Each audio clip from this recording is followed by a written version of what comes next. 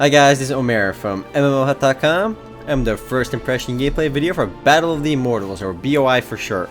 A free-to-play 2.5D fantasy MMORPG published by Perfect World Entertainment, the same guys behind Perfect World. I'll spend about 5-10 minutes running around, checking the game out, make some quick comments. If you guys want to play Battle of the Immortals or just learn more about it yourself, check out our full review, unlinked below. And that review isn't up as I do this, but it'll be up later tonight or tomorrow morning. And let's go ahead and log in. Now this game is actually still in closed beta as I review this, but it's kind of a fake closed beta. Anybody can log in.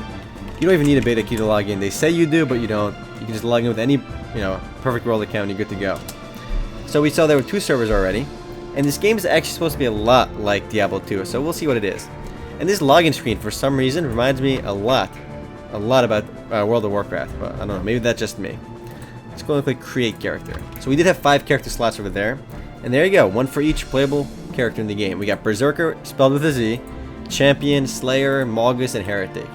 Heretic is interesting. What are they? Zealous spellcasters that control life and death itself, so sort of like a necromancer. Magus are the generic mage class. Slayer is a rogue. Champion is a warrior, while Berserker is a more offense-oriented warrior, while a Champion is probably a paladin. So what I like right away, though, is that the character classes and the character appearance looks really awesome. The game definitely spent a lot of time focusing on item design and equipment design to make it look really flashy. And frankly, it's something I like. So let's just make my character. Date of birth. Alright, I don't know why they want to know my birthday, but I'll give it to them, October 6th. Male and female, of course. Alright, female chicks look normal. It's always good. Haircut, energetic, decisive. So it seems like there's only 5 different hairstyles and a few different face options, which is a little bit disappointing for a newer game, but it's no big deal. How's my face? I got a dreamy face, guys. It's dreamy. I'm exotic dreamy. Chicks dig that. And even avatar as well. And I don't think this does anything, so it doesn't really matter. But I'm going to go ahead and play Slayer, and let's go ahead and enter the game. You can even random if you can't decide, but let's go in. Where do I click? Complete. There we go. And again, I didn't look nearly as awesome as I did in the character creation, but I will look awesome as I keep playing the game and get new equipment. So here we go. I am in the Libra Temple. Talk to the Maid of War. Even the quest screen over here reminds me a little bit of World of Warcraft, but to be fair though, the text here is a little bit difficult to read, but it's no big deal. One thing I want to say right away, the game supports a lot of different resolutions. You can play this game on 1920 by 1080, 1024 by 768, practically anything actually, which is nice. So our quest over here, we got to talk to the Libra Guardian Angel. I'm not sure why. Let's just complete quest. And now I'm in the desert somewhere. What a transformation there. I'm in the expedition camp now. Let's talk to Orina.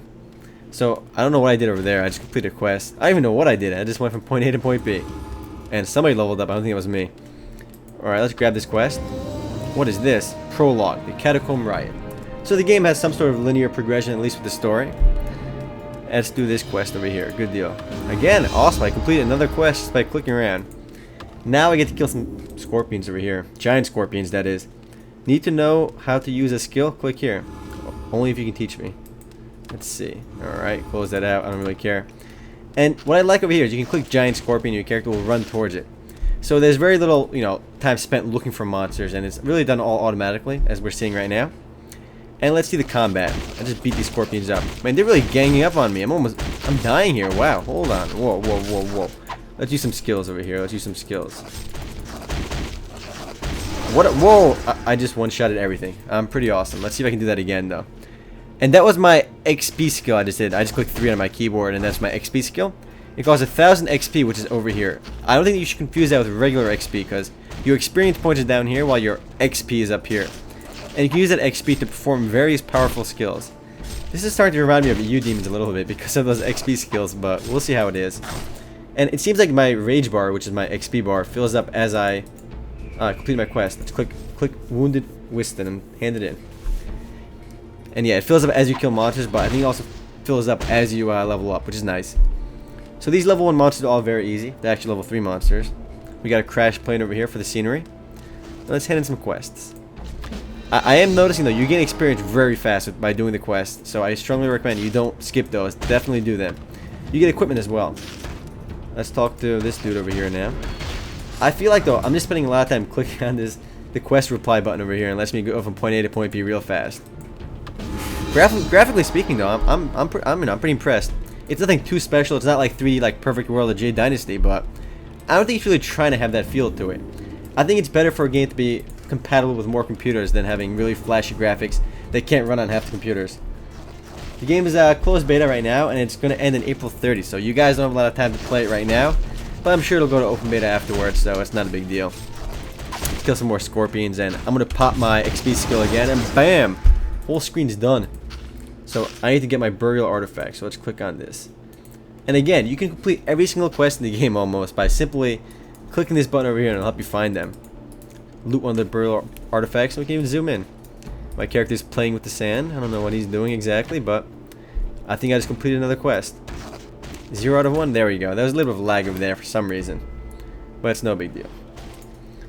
Let's see. I leveled up a few times, but let's see what I get for leveling up after I hand in more quests. Again, guys, these quests are absurdly good experience. Don't skip them. They're well worth doing. Let's pull up my inventory, which is actually A for some reason. I thought it was I at first, but it's actually A. I got some newbie equipment I can wear. So yeah, the equipment is bind on equip, and I feel like this is something that World of Warcraft really popularized, the whole bind on equip thing. I'm actually a huge fan of Diablo 2, and it's one of those games I've actually gone back and forth to many times. So any game like Diablo 2, I feel is well worth checking out. And I can already tell right away the game did the whole Diablo 2 feel a lot better than games like MMO Online, and much better than EU Demons Online. But again, I just started, so let's see what we got here. I got this accurate, forceful, calm dagger. And what's really neat about this game is, I heard this in the trailers and I'm looking at it now. Weapons can actually level up as you use them, and that's really awesome because, you know, I think it's one of the only games that really do that. So let's see my new dagger I just got. It's all purple and glowy and awesome. Good stuff. So I have to get some Necron Classics. Let's see what that is. I have to kill some Illusion Sand Golems. You can see my character sheet over here, my various different equipment. And let's open my inventory as well to see what's going on. So yeah, there's a lot going on in this game. There's a lot of, things to look at. My various stats over here. Unfortunately, you don't gain stat points every level, at least early on. You will after level 20. After level 20, you actually get 2 stat points per level, which you can actually distribute. But until level 20, you won't. And level 20 isn't that far away. Experience is very fast-paced. I'm getting a gift. Good deal. Let's kill some more of these sand golems over here. And this is just a massive game, I can already tell. There's just so much to do here. And I've already seen the trailers myself, and they're really interesting. You can actually get pets as well, and the game's pet system is really unique. I don't think I'm going to get a pet right away. I should have to do a few more quests. I gotta kill these bad boys. Let's loot the thing over here. So I still have to get my Necron Classics by killing these sand golems. I got it. There we go. Let's talk to my NPC over here. Maybe we can show you guys my pet system. Oh, I got one already. And the way the pet system works is you can actually get them from doing quests. But any monster in the game can be caught as a pet, and there's a very low chance for that to happen. But I just got this desert scorpion over here. I can click summon. And the game, a lot like Diablo 2, the game just really uses this randomized system really well. Every pet in the game is randomized stats, so you can get one scorpion with more stats than another one. And you can have 3 pets at once. And you can get more pet slots as you level up. Hand in that quest. I feel like a lot of this is moving really fast though. I can't really comment on the quest descriptions because I'm not reading them, because I really don't need to. There's absolutely no need to, because you can simply do all of the quests in the game with this quest helper, and it makes things feel a little bit too convenient. So there's a weird sand stack over here. So you guys see all these monsters? Bam! All dead. And these XP skills are ridiculously powerful. Let's pull up my skill menu over here. My pet leveled up. So your pets level up as well. They get 2 stat points per level, but my pet is leveled up a whole bunch of times. And let's pump his strength. My pet needs more strength. Dun dun dun. And we can see our various skills in the game over here. I can unlock new skills as I level up. And I get them automatically though, which is a little bit weird. I'm not 100% sure how the skill leveling works yet, but because the game is still in closed beta as I do this. But there aren't that many skills in the game, as you can see right now. Kill some more stuff. I'm impressed with the visuals though. It does the whole Diablo 2 thing pretty well, pretty modern. It doesn't try to have the graphics again. They're not trying to be too realistic, but it's not a big deal. I prefer a game that runs on good on most computers rather than just having really good graphics and it can only run on uber high-end computers. But where this game really stands apart is its really unique equipment system and pet system. I like the fact that armor and weapons can level up on their own. And you can actually enhance items as well using the game's socket system, which you get soul gems from killing monsters. And one thing I do want to point out though that's really important, this game changed a lot from the Chinese version, and I know a lot of people got upset when they delayed it, but I feel like it was well worth it because In China, MMORPGs are totally different. People play MMORPGs more for the social experience rather than the gaming or the challenge. In Western markets, it's completely different. In the Chinese game, these monsters, they're not even aggressive. They don't even attack you back, pretty much. They just kind of chill on their own. And the game is made to be very easy. They changed that around a lot. And they made the cash shop a little bit more balanced. In the Chinese version, you can just buy to win. Meaning you can buy absurdly powerful equipment and weapons in the cash shop. Here, it's totally different. To a degree, it's totally different because you can still buy some powerful stuff, but very little game-ruining items are available in the cash shop. Whereas in the Chinese version, it is. And one last thing I want to touch base on real quick is the game's aid system. It's almost like an in-game bot, but you can only do it for so many minutes a day, so it's not as game-breaking as the bot in Magic World Online or other games like that. Anyway guys, I am running out of time, so if you guys do want to play Battle of the Immortals, I recommend you do. It's a massive, massive game. Just click on the link below. Later guys.